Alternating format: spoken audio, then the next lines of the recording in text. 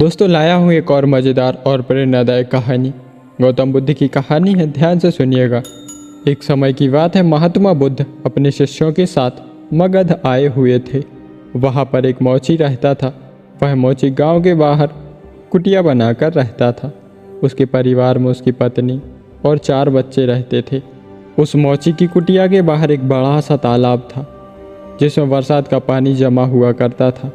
वह मौची सवेरे उठकर जब तालाब पर गया तो उसे एक कमल का पुष्प दिखाई दिया जो दिव्य था।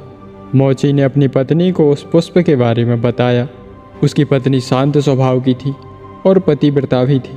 पत्नी ने तत्काल बताया, महात्मा बुद्ध यहाँ आए हुए हैं, शायद वह इस तालाब के पास से गुजरे होंगे जिसके कारण यह फूल फूला हुआ है। मौची के मन में अमीर बनने का स्वप्न जागृत हुआ। वह झटपट तालाब में कूद गया और उस पुष्प को तोड़कर ले आया और अपनी पत्नी से आगे की रणनीति बताने लगा। मैं यह पुष्प राजा को देकर इसके बदले में ढेर सारा मूल्य प्राप्त करूंगा और फिर हम लोग अपना जीवन आराम से व्यतीत कर पाएंगे। पत्नी ने कहा, यह तो अच्छी बात है, यह पुष्प हमारे किस काम का है, यह राजा को ही दे दिया जाए। मौची ने कहा, ठीक है, मैं शीघ्र ही लौट कर आता हूँ। ऐसा कहते हुए वह मौची राजमहल की ओर तेज कदमों के साथ निकल पड़ा। रास्ते में मौची को तेज कदमों से जाते हुए एक व्यापारी ने देख लिया। उसके हाथों में दिव्य पुष्प देखकर व्यापारी के मन में उस पुष्प को प्राप्त करने की अभिलाषा जागृत हो गई। व्यापारी ने आवाज़ देकर मौची को बुलाया और उस पुष्प का मूल्य पूछा। व्यापारी उस पुष्प के लिए 2 स्वर्ण मुद्राएं देने को तैयार हो गया, किंतु अंतिम समय में मौची ने यह सोचा, व्यापारी जब इस पुष्प के लिए 2 स्वर्ण मुद्राएं दे रहा है तो राजा अवश्य इसे अधिक मूल्य देंगे। व्यापारी को ना करते हुए वह राजमहल की ओर दौड़ा और वहां से निकल गया। रास्ते में उसे राजा आते हुए दिखाई दिए। मौची ने उस पुष्प को राजा को दिखाया। राजा उस पुष्प का मूल्य 5 स्वर्ण मुद्रा देने को शीघ्र तैयार हो गए।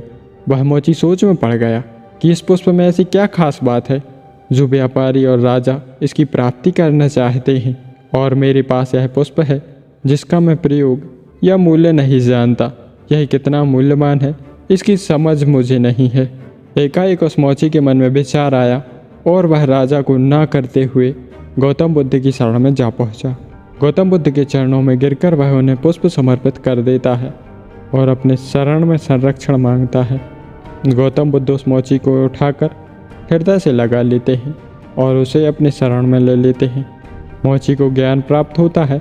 फिर वह अपने समाज में ज्ञान के माध्यम से समाज की पीड़ा हरने का प्रयत्न करता है।